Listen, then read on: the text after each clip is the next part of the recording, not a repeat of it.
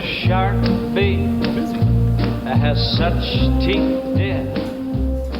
I haven't danced for a long time on here. Thank God for that. You took my song off. So, yeah, I just thought I'd get that in there. Anyway, it is illegal in Georgia to use profanity in the presence of a corpse. Now, obviously a live person was pissed off at someone swearing and came up with that bullshit. Yeah. You can't say it in front of my dead brother. Right. But the corpse didn't fucking care. Good thing we don't know any dead people. I'm telling you. But we will.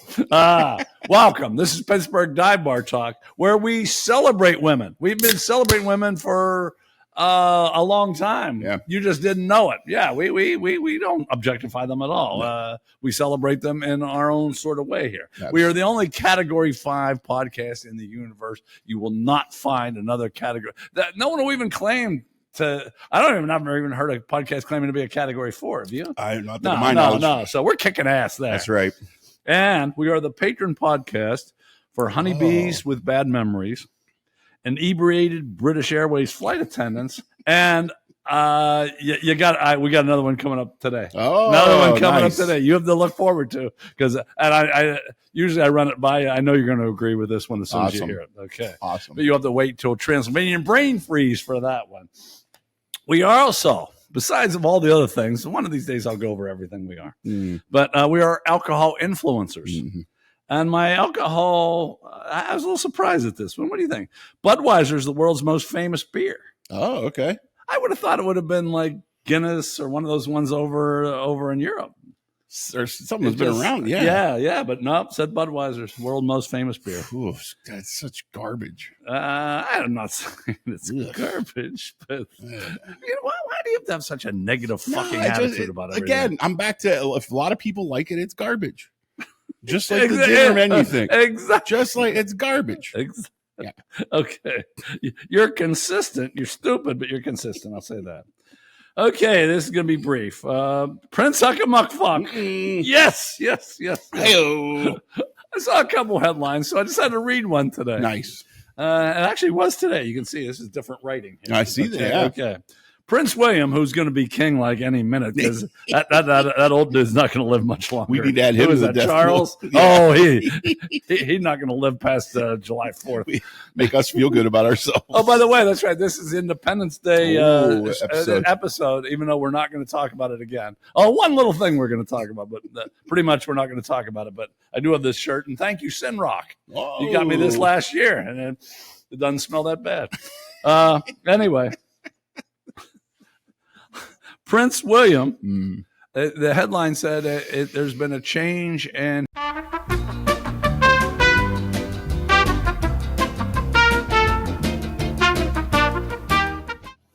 Well, we're back again. Our technical guy fucked up already. I apologize for that. But anyway, Prince William, who's about to be king, has an attitude change about his brother, Prince Huckamuck.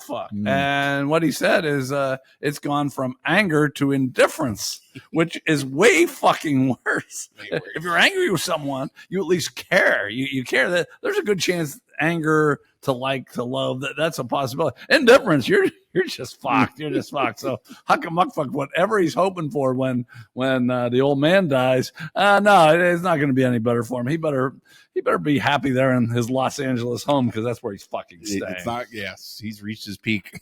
Yes, as he should have. Yes. Okay. This is episode number 110. It doesn't have a name yet, but it will. It will. Mm-hmm. Tiny's been naming them all. When are you going to ask me for help on that? I don't give a fuck. Anyway, what we've been doing is we've been, instead of going through every number 10, we've been doing our favorite ones, and maybe we'll do more than one. Last week I did 3, I'll admit. But this week, my favorite number 10 was Walt Frazier. Oh, that's a good one. He was my favorite basketball player growing up. As a matter of fact, he changed me a little bit, because growing up, I used to bitch at refs like everybody else does. And Walt Frazier never bitched at refs. Never. He just handed the ball and he played ball. Wow. And I said, damn, if Walt Frazier can do that, I can do that. And I think it really helped my game because I stopped worrying about refs and just fucking concentrated on the game. And that's what he did. So that's a good one. Yeah, Walt Frazier, a Southern Illinois salute guy, then a New York Nick. He was my favorite player. There you go. Okay, how about you? Well, it was really tough to do the Lakers because the only one that really came to mind was Larry Drew, and he was a backup point guard for like the end of the Magic era back then. So I couldn't do Lakers.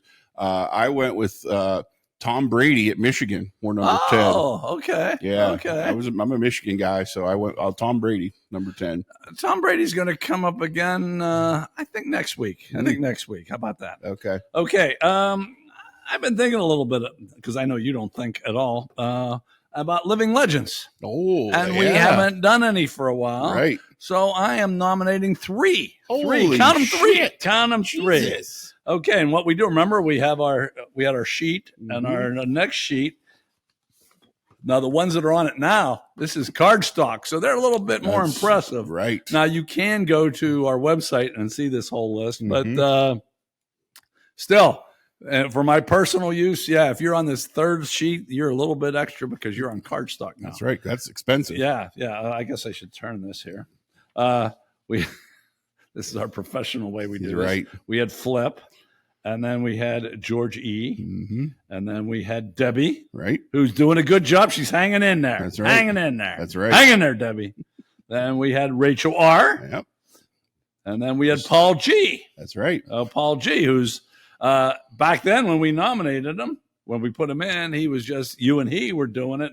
Now it's a competition between 11 people. Yeah. Right. Big time enemies. But now, here's the new people. Number 1, Bill S. He was on last week. Anyone that sits through this whole show and is willing to come in here in the middle and in the middle of us and be interviewed and kind of made fun of and take it, he definitely deserves to be. I agree. And to his credit too, he's up to date on the show. Like, he referenced stuff that like just happened. He referenced old stuff. Like he referenced stuff that I'm sure you didn't know. I'm positive you didn't fucking know. It's very maybe. Yeah. Okay. Yeah. Okay. Next, after Bill S. Well, I'm not done. It's Rootstown Sue. Man. And Rootstown Sue, she's been a friend of mine for over 50 years, but we don't talk that much anymore. But Rootstown Sue, she watches, she participates in way more things than you do on the fucking website. Oh, it's not even fucking club. Yeah. On the website. Yeah. Websites are for you old people. Yeah. Okay. Well, she participates and you fucking don't. So I just see her there every week when I don't even talk. Rootstown Sue, thank you. And then, man, unbelievably, one more. We got Sue from Pittsburgh. Man. Sue from Pittsburgh. And Sue from Pittsburgh, she was with us a long time ago. She's been in studio audience for She has been. occasions. She has been. And I like Sue. Yeah. And an old friend of yours. She had an injury for a while, but maybe we can get her back here. What do you think? I think she'll be back in studio for too long. Okay, so new Living Legends, Bill S., Rootstown Sue, and Sue from Pittsburgh. Thank you all. Okay. I'm going to move right along if you don't mind. Yeah, we're still recording. We are. Holy shit. Okay, so while we're recording, New Scientist magazine, I read it so you don't have to, and Tiny doesn't have to. Yeah. How about that? Okay, here's 3 headlines from this week's New Scientist magazine. Crafty cockatoos find new way to quench their thirst. And it was getting water from somewhere else. I think they went to fountains or some shit. I can't remember. It was something like that. Yeah. I don't think how crafty the cockatoo was, but it's fun saying cockatoo, isn't it? Yeah. Okay. And here's something that certainly me and you need. Massaging the neck and face could help flush out brain waste. Because I think we all know how much we can use that, huh? Getting rid of some brain waste. So if any of you are masseuses out there, we won't even ask for the happy ending. Come on over. We'll make you a living legend and we'll get rid of some brain waste. What do you think? I'm still asking for a happy ending. Are you? Okay, and here's the last one. For every human on the planet, there are 60 billion nematodes. What is a nematode? I had to look it up. They're like little fucking worms. Oh, Jesus. I just can't believe that's true. What do you think?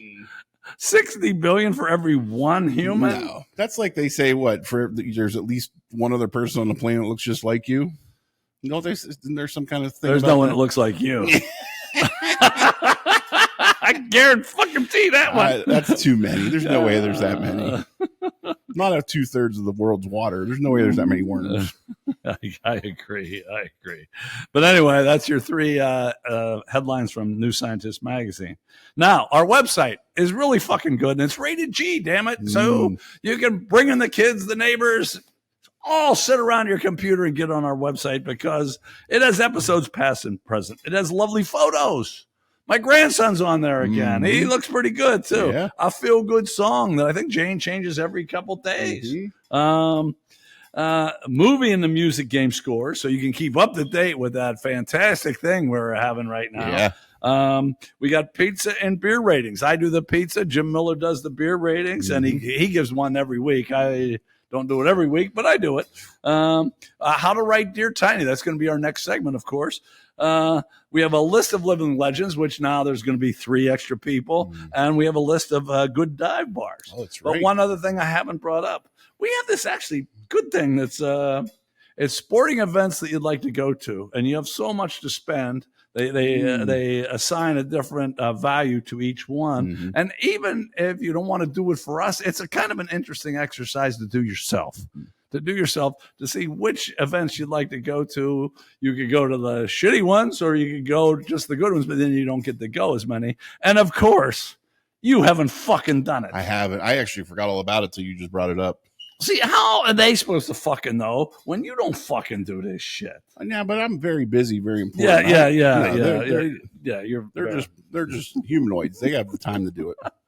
Okay. Well, you humanoids out there, I think it's worth your time, number one, to do the sporting thing. But now we have something else, and it's actually topical. It's topical, like my shirt. Right. There are 6 different ways of cooking a hot dog, and which is the best way. That's what you have a horrible attitude about shit. No. Just a horrible attitude. Because I can't cook a hot dog 6 different ways. Yeah, there's 6 different ways, and it's which one do you prefer? Why can't just raw? Raw one of the options? Oh, I mean, it could be, but that's not actually cooking one. It's a way to eat it. Yeah. Please, can we block out your fucking side of the goddamn here? With these sheets of maybe I'll put up the fucking cardstock. Don't look at him. We have the sporting event and the hot dog thing, which with July 4th coming up, Joey Chestnut is in the contest. Yes. But how do you like to? It's a nice, easy thing. How do you like to prepare your hot dogs? What's your favorite? We're just doing a little survey there. Right. Get you on the website, and then maybe there's something else you'll like there. Sure. Okay. On today's show. Coming up next, Dear Tiny. 3 letters. Did you see that? Did you read them? I did. No, I don't remember them. I gotta look them up in a production meeting. Well, you better hurry because that's coming up next. Right. We have softball stories. I think I have a pretty good one, but his happened in the last 48 hours. Correct. And it's pretty fucking good, I think. I have not heard it yet because I wanted him to tell it on the air for the first time. We have Transylvanian Brain Freeze. We have the movie and the music game. We have Argy Bargy, where Tiny and I are going to discuss, instead of me just bitching like I usually do, we're actually going to discuss the disgusting Pittsburgh fucking Pirates. We have Hell's Half Acre, which is the gals from the Beverly Hillbillies today. Oh, that's right. He doesn't know exactly what I'm going to present to him, but if you watch the Beverly Hillbillies, you know kind of what's coming. And then we have Samurai Cheddar, where we have Would You Rather questions, and we had some audience participation in that. That's nice. a pretty full fucking show. You hang with us. Dear Tiny's coming up next. Dear Abby, my feet are too long. My hair's falling out and my right. Welcome back to the Independence Day episode that we're not going to talk about Independence Day. And this is Dear Tiny. Dear Tiny, we're our expert here because we are 57 years of marriage with no divorce. Right. Our expert, though, will give his advice, and we have three letters from our viewers. This first one is from Tattoo. And Tattoo says, I just want to know what Tiny's most significant tattoo is and why he got it. And if he can show it on the podcast. Let's show a little fucking taste, will you? So you mean I didn't wear? I didn't. I don't know. Just stop right there. If it's on your arm, okay. If not, I don't want to see it. I mean, neither do they. I don't even think Tattoo wants to see it. But I've been in studio for a tattoo of a penis or tattoo on a penis. I was there for it, but I wasn't part of it. I have several questions that I'm going to refrain. I didn't actually care to watch the dude's penis. I just wanted to see his reaction to it. And how was it? It fucking hurt. It had to have hurt because he was in pain. Yeah, that sucked. I'll bet. Yeah, I'll bet. It was a diamond. He put a diamond really? right on the shaft. That had. Anyways, thanks for lowering it. Right. Not before we've been banned from Russia and Belarus. I imagine Pleasantville isn't going to be too happy with that explanation. All right. I guess I was going to try to make it funny, but I don't. I mean, I don't have. You think I have a bunch, but I consider I only have 4. This is a sleeve. This is a sleeve. I have a chest piece. Oh, I have 5. I have 2 on my legs.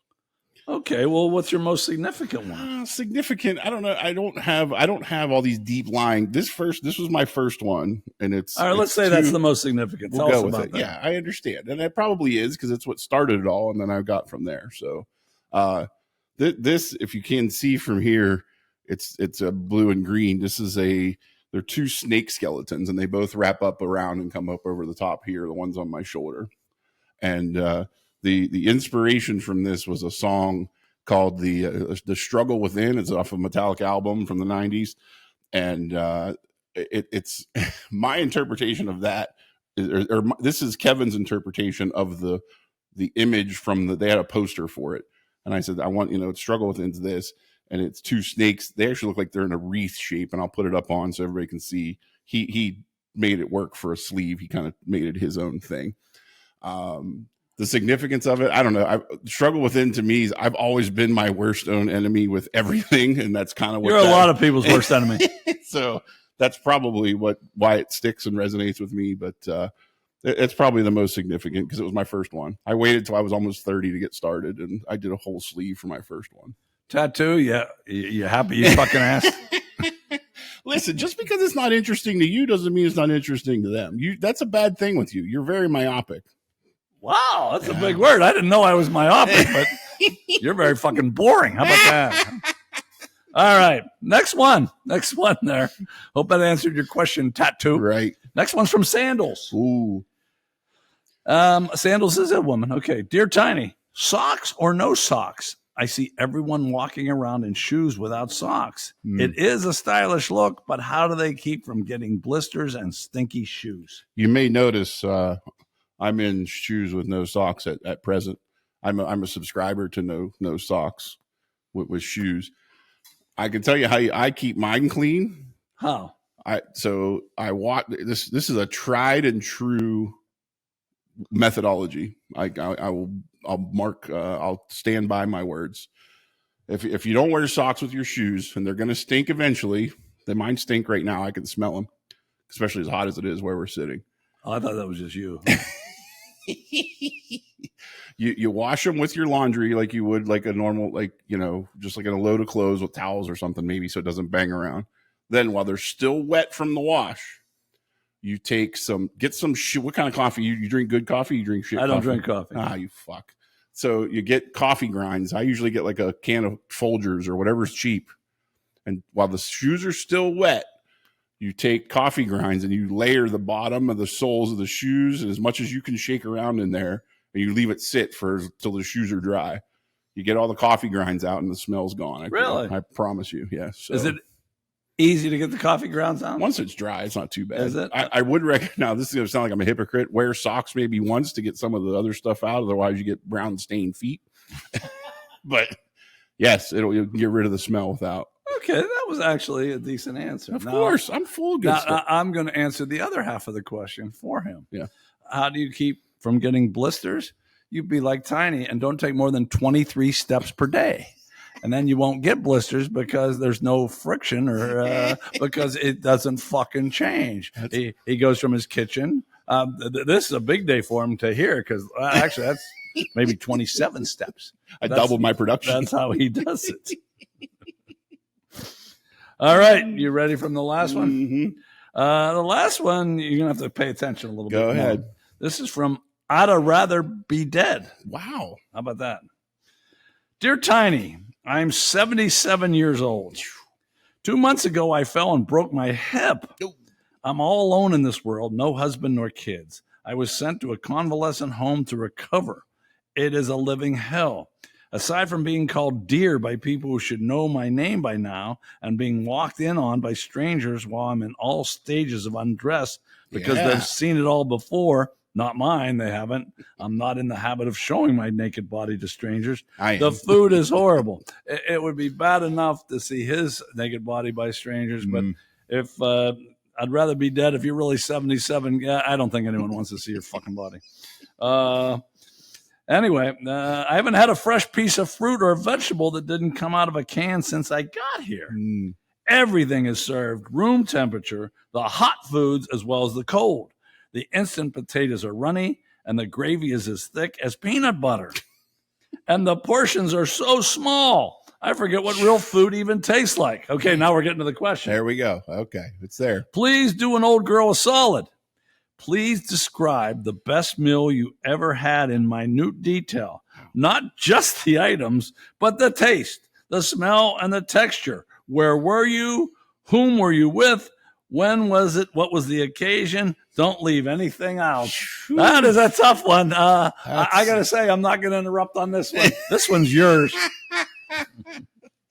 Man, that's a lot. First of all, to be, I'm disappointed to hear because all I hear about is all the sex that happens at all these old folks' homes. Really? Yeah, there's sex everywhere. So I'm disappointed to hear there's not more of that going on. I'm that's frustrating. I'd rather be dead. Maybe I gave some bad advice. Maybe she should be showing that shit. Yeah, right. Yeah, get out there. But the best answer I can give to try to salvage this. Too late. There's a place up here. It's on 19. A lot of people in the area know that there's Iron Bridge Inn. Mm-hmm. And we go there quite a bit. And there's always, I get the same thing every time. I get a steak and potato, but the whole meal in itself, there's an appetizer there it's Iron Bridge is part of that Springfield group, which there's one down on 228. Yeah, Springfield Grill. Yeah, it's part of that same group. And it's not all at all of these places, but a lot of them have the appetizer. They're the stuffed shrimp appetizer. Well, see, these are all Springfield things. That's all out of my price range. But you go ahead and talk. Oh no, come on now. Let's not be crazy. But if you go there, get the stuffed shrimp appetizer. It's just a shrimp. They fry it and it's in jalapeno and cream cheese stuff, and they're fantastic. They give you a sweet and sour sauce to dip it in. It's amazing. It's a great appetizer to get.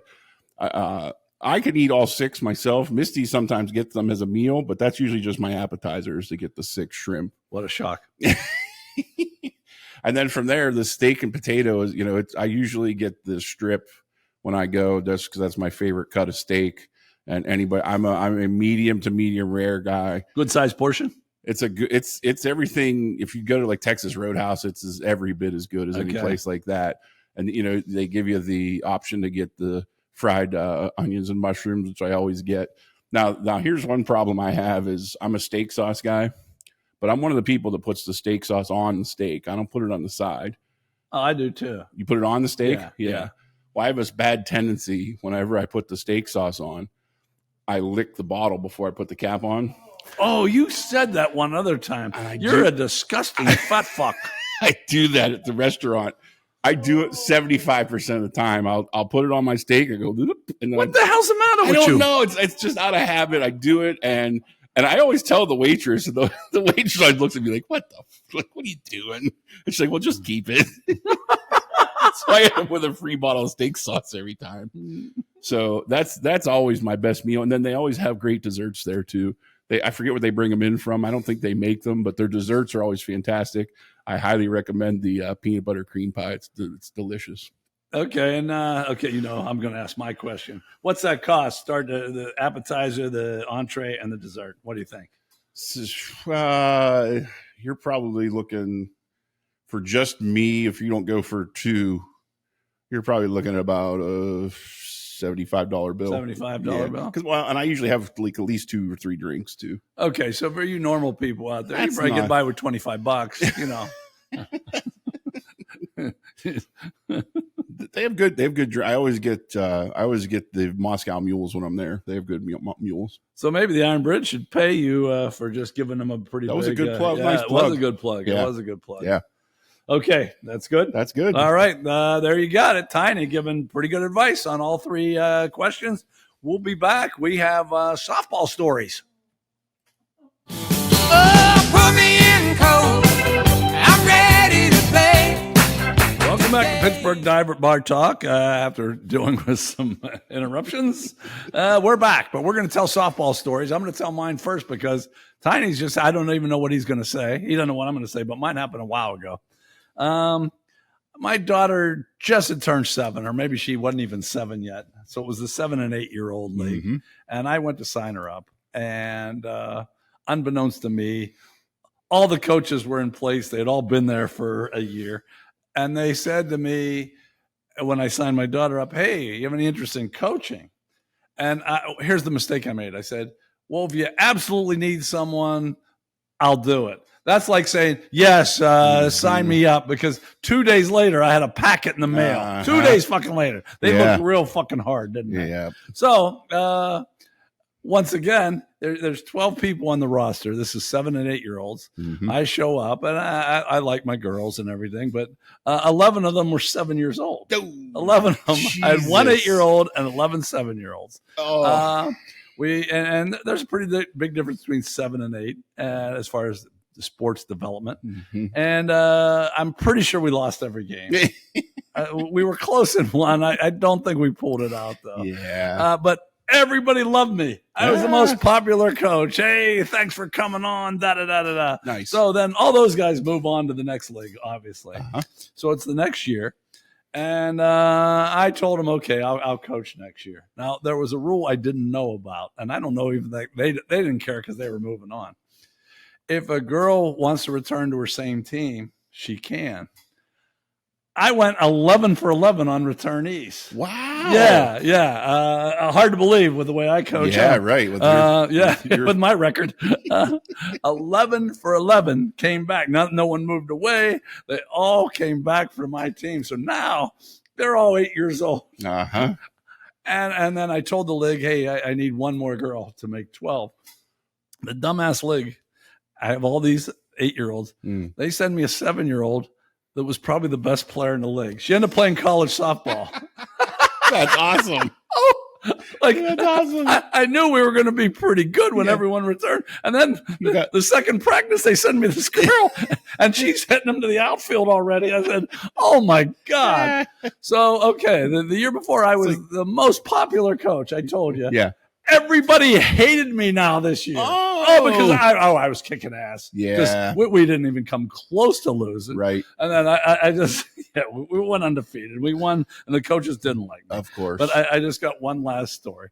I switched infield to outfield every inning. We rotated.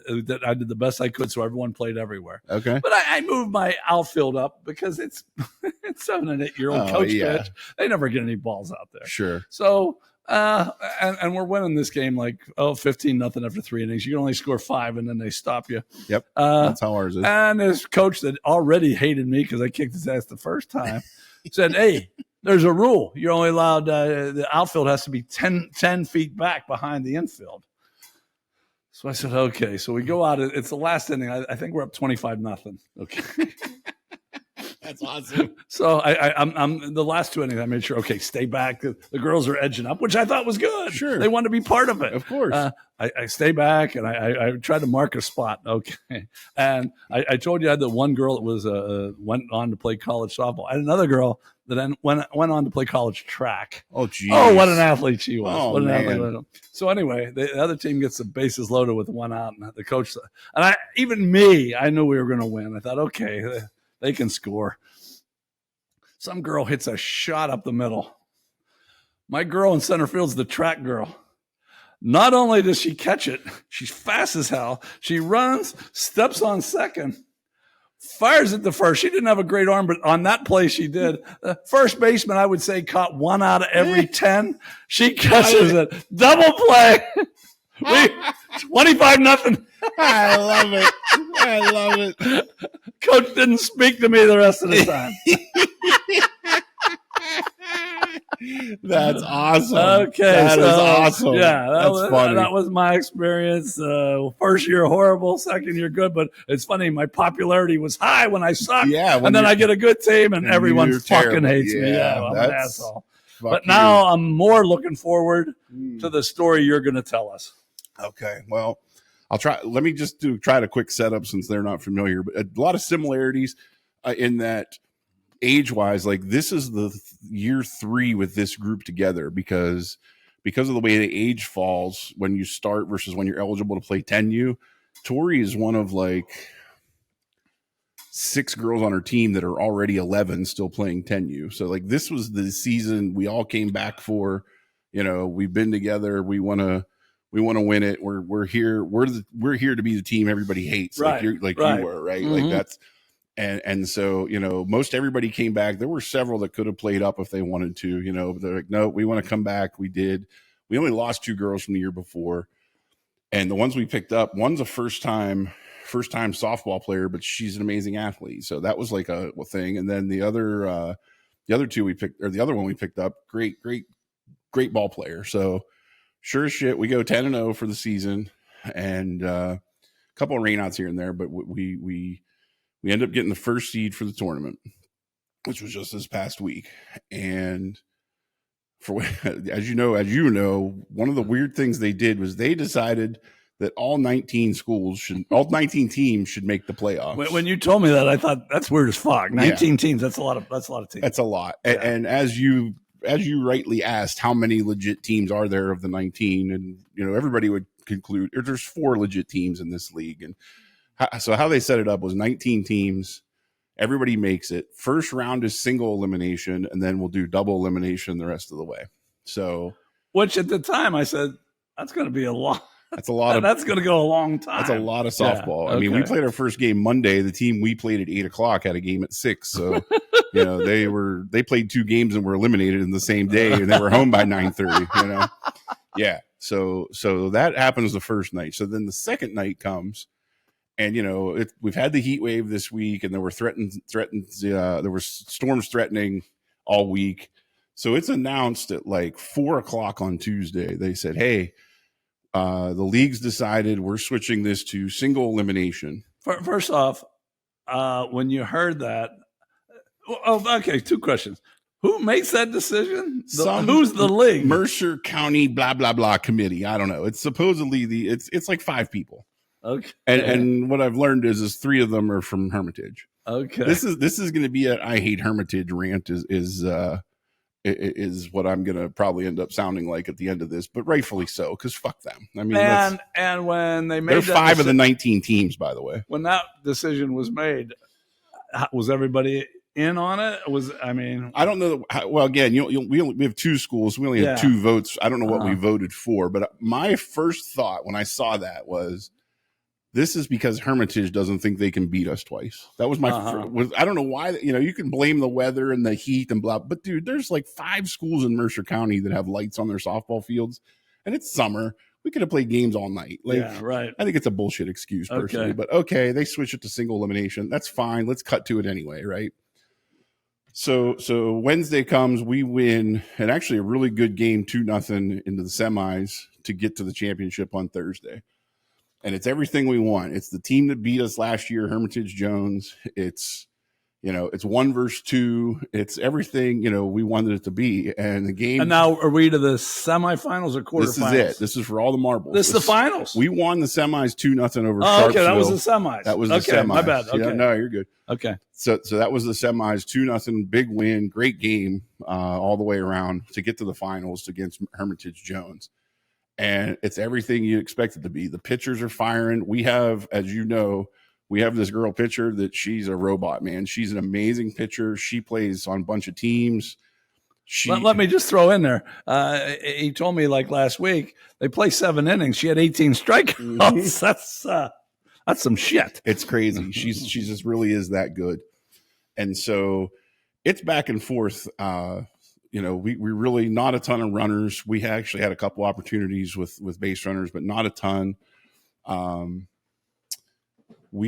got to shorten this up. We end up going up 3-1 on a couple nice plays. It's the top of the 7th. We're up 3-2. 3-2, top of the 7th. Top of the which 7th. Is the last inning. Last inning. Okay. Same girls pitching. Now, we had made a defensive substitution. Our best defender, because the pitcher is so good, we moved our best defender from shortstop to second. And the logic there is a right-handed batter is not going to get around. Sure. Right. So you put her at second, right? First batter hits at the second. She muffs it. It's like Chico leaned in the 93. Don't remind me. Don't remind me. We're going to talk about the Pirates later. She's one of the sure-handedest, it's probably the only error she's had all season, but whatever, nothing hurt yet, right? Right.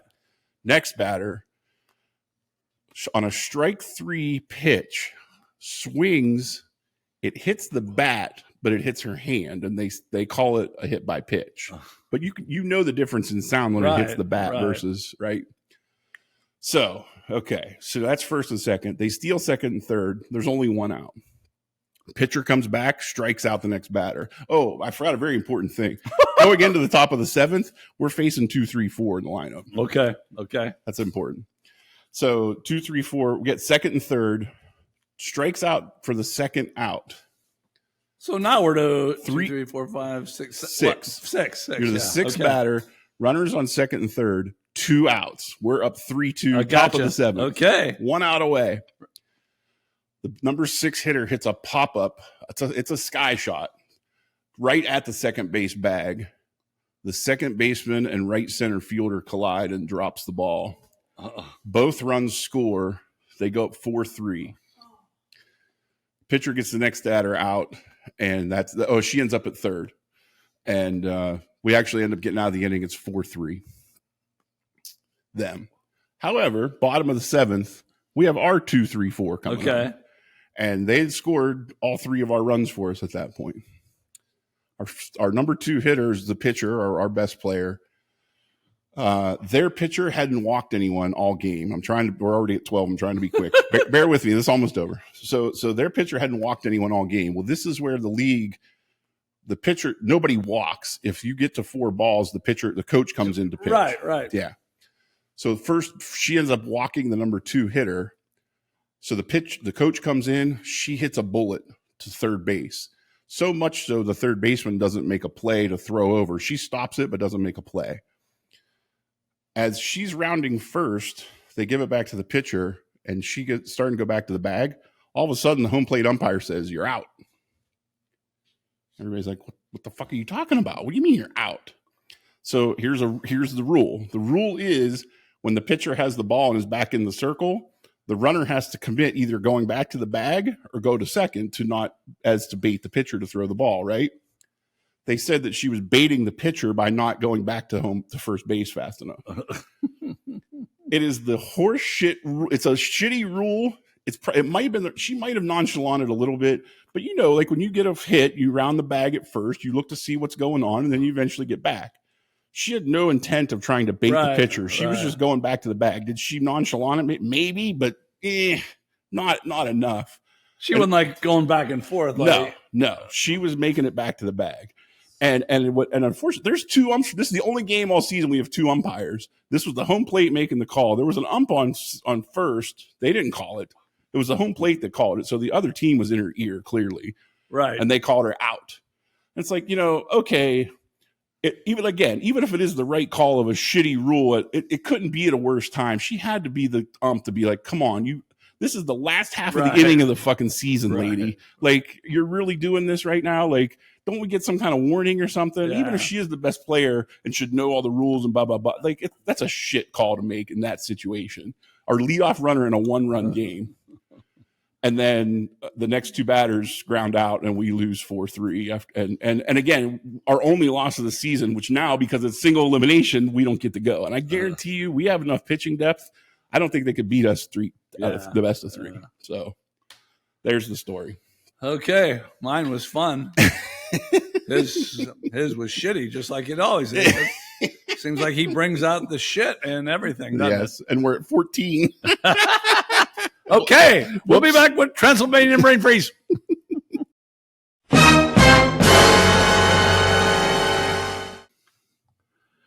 We have a first on Pittsburgh Dive Bar Talk on episode 110. Never happened before. We just got Tiny just told you a story about softball, about how it seemed kind of rigged. Tiny and we're not making this up, just got news. It really was rigged. Go ahead, tell them. Breaking news. No sooner did I tell that story, I got a text from my wife. The umpire in question that made the questionable call, she coaches the travel team for Hickory's girls, the team she was umping for. She's the coach for their travel team. There's 6 girls for Hickory that play, Hermitage Hickory. There's 6 girls that play travel ball, and she's their fucking coach. How the hell did she get approved to ump that game? Number 1, you got fucked. Number 2, I would bring this up. Will someone bring this up? I don't know. Well, your wife knows. My wife will. My wife might bring it up. Well, that's why. If you watch this show or know anything about his wife, I'd be scared shitless if I was in charge of this league. But anyway, because of that breaking news, we are going to do 2 Transylvanian Brain Freezes next week. Yeah. We're going to go straight to the movie game coming up. Gotcha.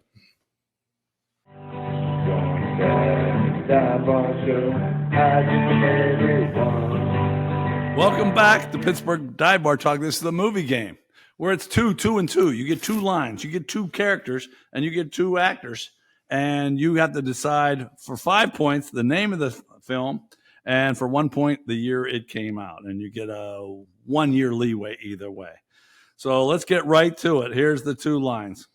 Number 1 line. You love me enough to sell your tickets.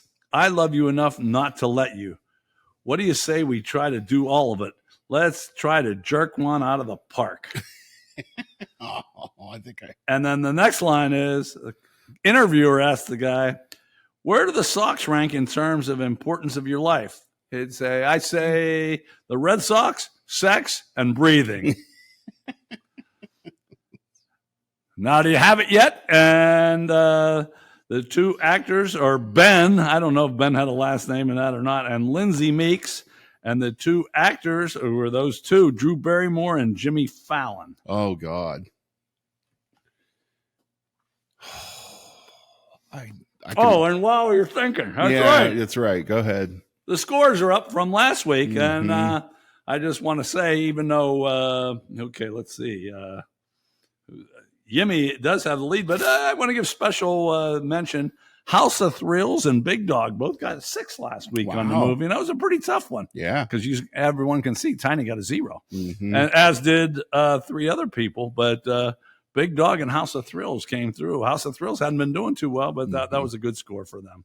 So now that I gave you a little bit of time, what do you got? You got one? Isn't Queen Latifah in this? Isn't she like some character? No. Okay, fucking close. I honestly don't know. Okay, you want to give a year or 2004? Oh, 2005. Yay! Okay, wait a second. Tiny gets a fucking. Yeah. The name of the movie is Fever Pitch. Fever Pitch. Good movie. Good movie. You never seen it? It's it's a rom-com, but it has a lot to do with baseball. Yeah. And 2 facts about it. All the events in the film, except they threw in 1 game where the Red Sox made this amazing comeback. That was bullshit. Everything else was real. And it was released in Australia under the title The Perfect Catch, which might have been a better title, actually. Might have been a better title, but Fever Pitch 2005. Drew Barrymore, back when she was doing good movies, now she does that fucking talk show. I would say that's the peak of her powers. Yeah, I think so too. I think so too. But anyway, Fever Pitch 2005. Tiny gets 1 point. We'll be back with the score sometime for the next one.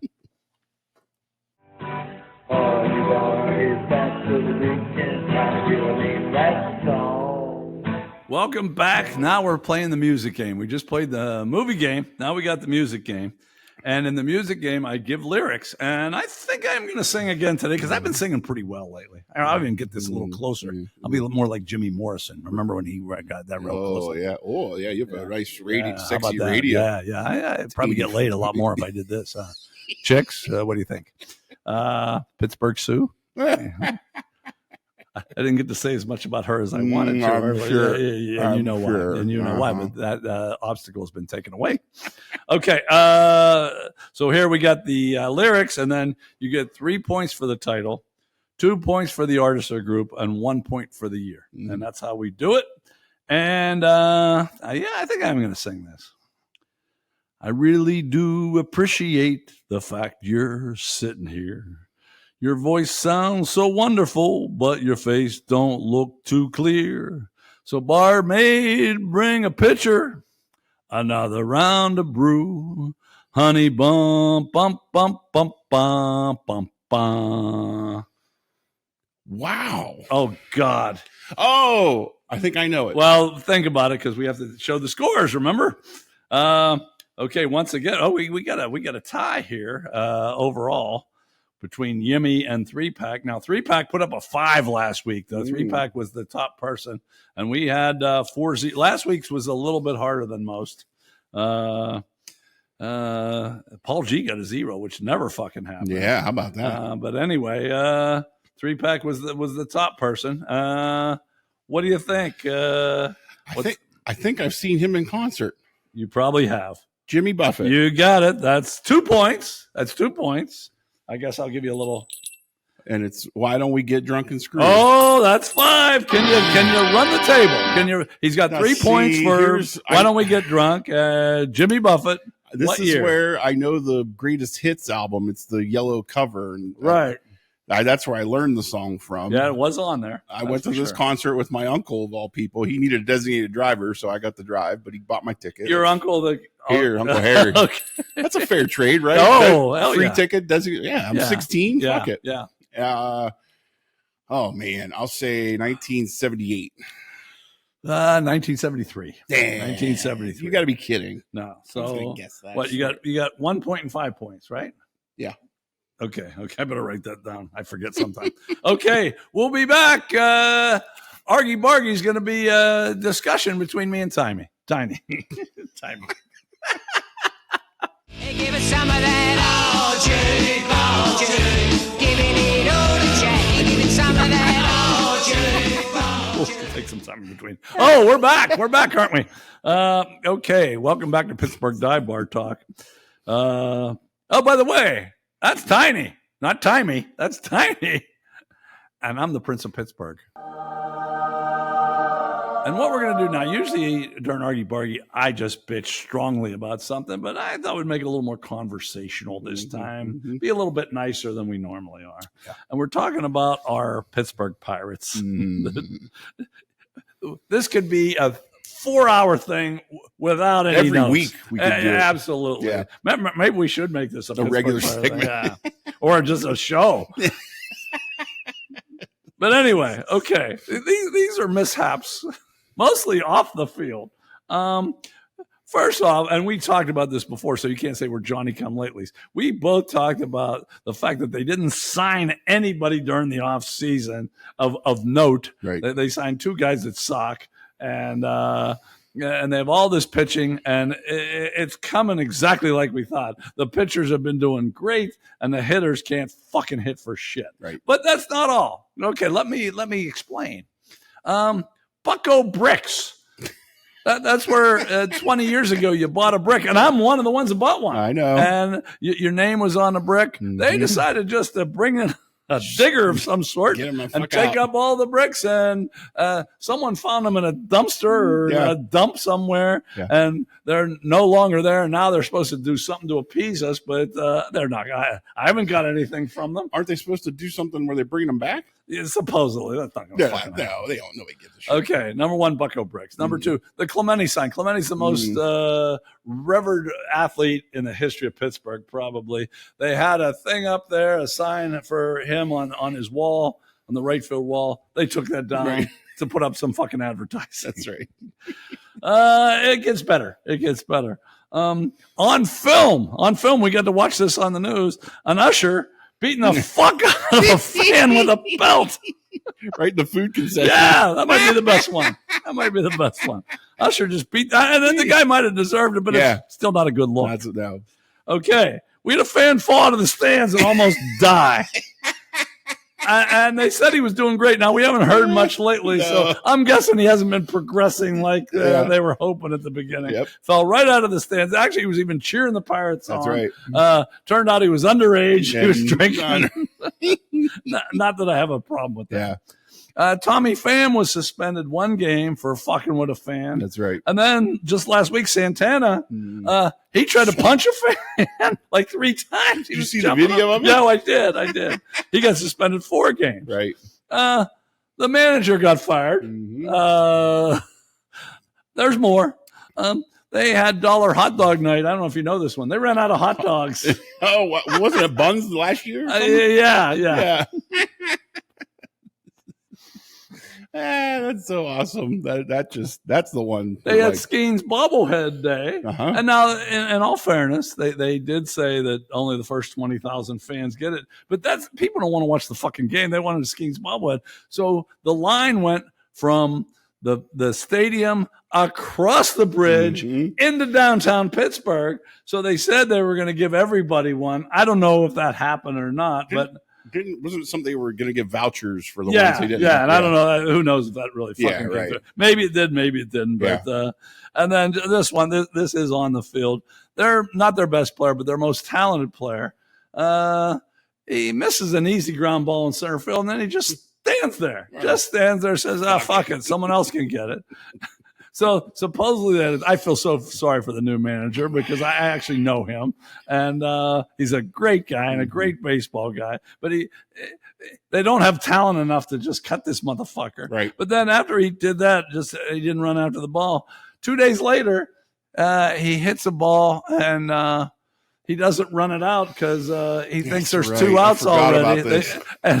It was an easy double play. It wouldn't have been a double play had he run because he's fast as fuck. Exactly. But he said, well, I didn't know there was how many outs there were. Yeah. That might be worse than loafing. That agree. means you're fucking not mentally into it. So I'm not going to go too much. What do you think was the name your favorite 2 out of that, I guess? I don't know.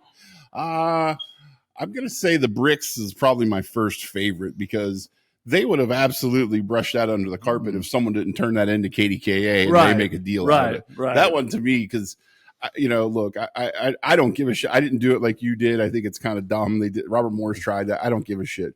That one was funny for me. The one that actually made me angriest was the Clemente thing because there's advertising all over that. Take down the fucking Pittsburgh. I'm David Kovacevic with his Pittsburgh charity sign, the Pirates charity. Right. Dude, get rid of that fucking thing or whatever. The Clemente thing bothered me the most. So the off the field stuff, I would say, originally we talked about how they didn't sign anybody. I was really hoping they'd go after Francona as a manager. Oh, me too. I really that was a match made in heaven. So, but it's from Pittsburgh. Right. Yeah, he's a good manager. But I actually really liked Don Kelly, so it worked out. It worked out better than I had hoped. So. It did. Okay, I'm gonna go with because there's so many. I mean, the fact that it was on film on the news, the usher beating the fuck out of a fan. The team's having their worst year in fucking decades, which is saying something. And yet there's an usher beating the fuck out of a fan. He probably deserved it, but still, that's not really a good look for a team trying to bring fans in. Correct. The father and the daughter sitting home watching someone getting the fuck beat out of them. So there you go. That's and like I said, this could go on for 4 hours, but we're going to stop it right there. That's our Argy Bargy. Got a rich chick with a barn, everyone Welcome back to Hell's Half Acre. Do you have music for this? The same every time? I've been using Jeff's stuff for this. I guess it's a bad time to ask, huh? Production meeting. Yeah. Okay. That's not different. Okay. Hell's Half Acre is when we put something to Tiny. I'll answer two, but this is mostly Tiny. And I give them two women because we celebrate women here. That's what we do. We celebrate women. So he's going to celebrate two, and then he's going to get another choice.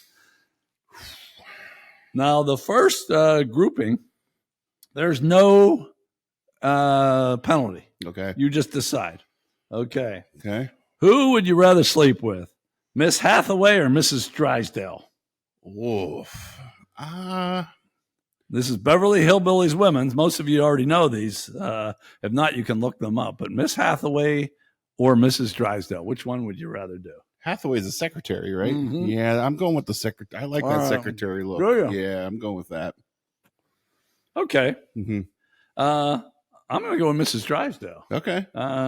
She has a little edge to her, I think. That's fair. And she's been with, what's his name? Wilburn Drysdale or something like that. Yeah. She could probably use a little.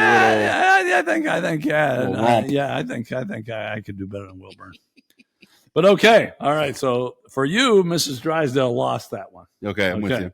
So now for Tiny and for you can play at home. That's what you can do. You can play at home on Hell's Half Acre. Mm-hmm. Don't just put it on Tiny. You play too.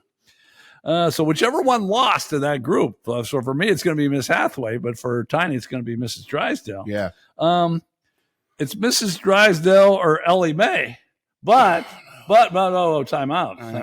You know what's coming, don't you? Something. Yeah, you got to do Granny before you do Ellie Mae. So Mrs. Drysdale, you didn't like very much, but to do Ellie Mae, you got to do Granny first.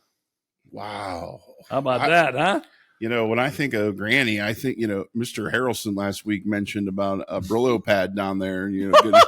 I imagine getting something rubbed off before I could have a chance to even get to Ellie Mae. The things are going downhill when we're bringing Mr. Harrelson. Yeah, boy, that's true. But I'd be afraid there wouldn't be much left after that. I'm going Mrs. Drysdale. I think. You going with Mrs. Drysdale? I think so. Okay, this is perfect because we don't like to agree. Yeah.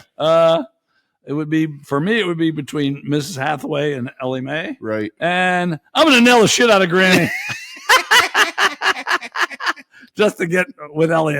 Ellie Mae was pretty damn hot. That's fair. And I Granny had a little tour. I think we might have some fun. And then I get to do Ellie Mae. Yeah, Miss Hathaway just didn't do it for me. I just picture the grooming of somebody out in the country like that. And just picture raw skin. Okay, there you have it. We're celebrating Beverly Hillbillies and women here. Yeah, we weren't talking about Jed or Jethro. No, we were talking about just the women there. That's how we celebrate here on Pittsburgh Dive Bar Talk. Right. So he's you did Miss Hathaway first and then Mrs. Drysdale. Yep. I did Mrs. Drysdale. I did Granny. I did Ellie Man, Mae. you're busy. Huh? Yeah, I was. I had things to do. Okay, we'll be back with Samurai Chatter.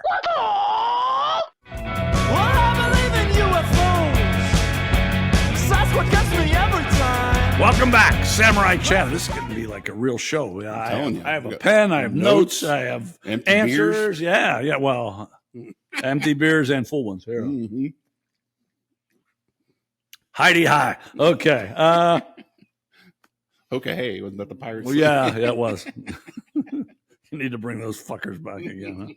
Huh? Okay, we have 4 Would You Rather questions, and we have some audience. I had 8 people that I talked to beforehand this week.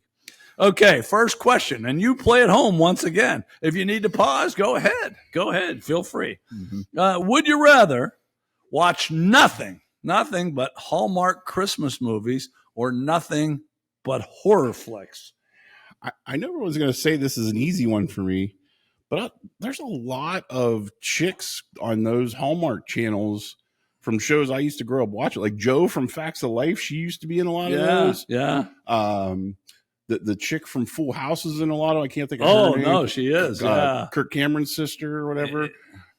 Kelly Kapowski from Saved by the Bell. There's a lot of chicks. Oh, and that girl you really like. I'm not going to remember her name. But it's not as. But however, I mean, when it comes to horror, I mean, my God, Halloween time is my favorite time. Oh, is it? I start watching horror movies at like after Labor Day, leading up to Halloween. I mean, there's just so many that are just, and I like even the cheesy ones, the bad ones, the good ones. I watch The Shining every year. I watch It every year. Like, there's a lot. All right, so you're a horror movie fan. Okay. Before I vote, one person said horror movies suck these days. No, that's wrong. No. And let's see. Okay, this one says Hallmark. It's usually so fucking dumb, but it's probably better for my brain. But me, for the reasons that you said, yeah.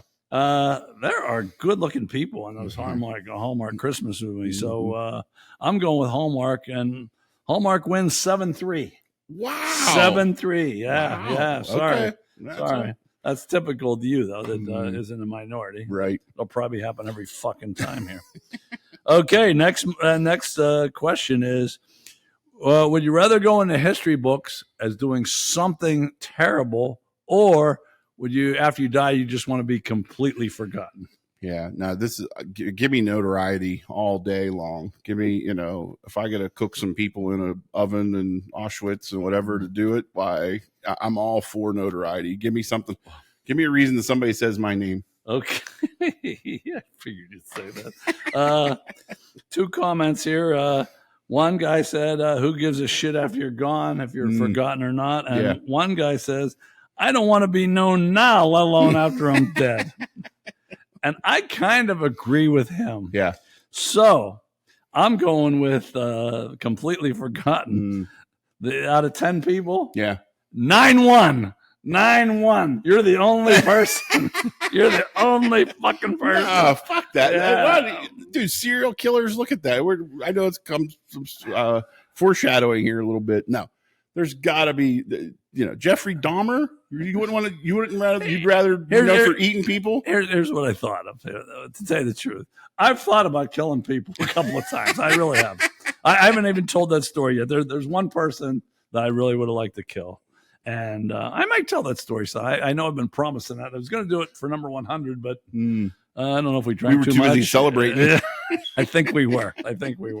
But as much as I'd kind of like to do it, then your family, after you die, your family's kind of. You know what though? They can go and write books and go on the concert tour, and talk about it and cash in on it. They'd benefit from it as much as anybody. So fuck them.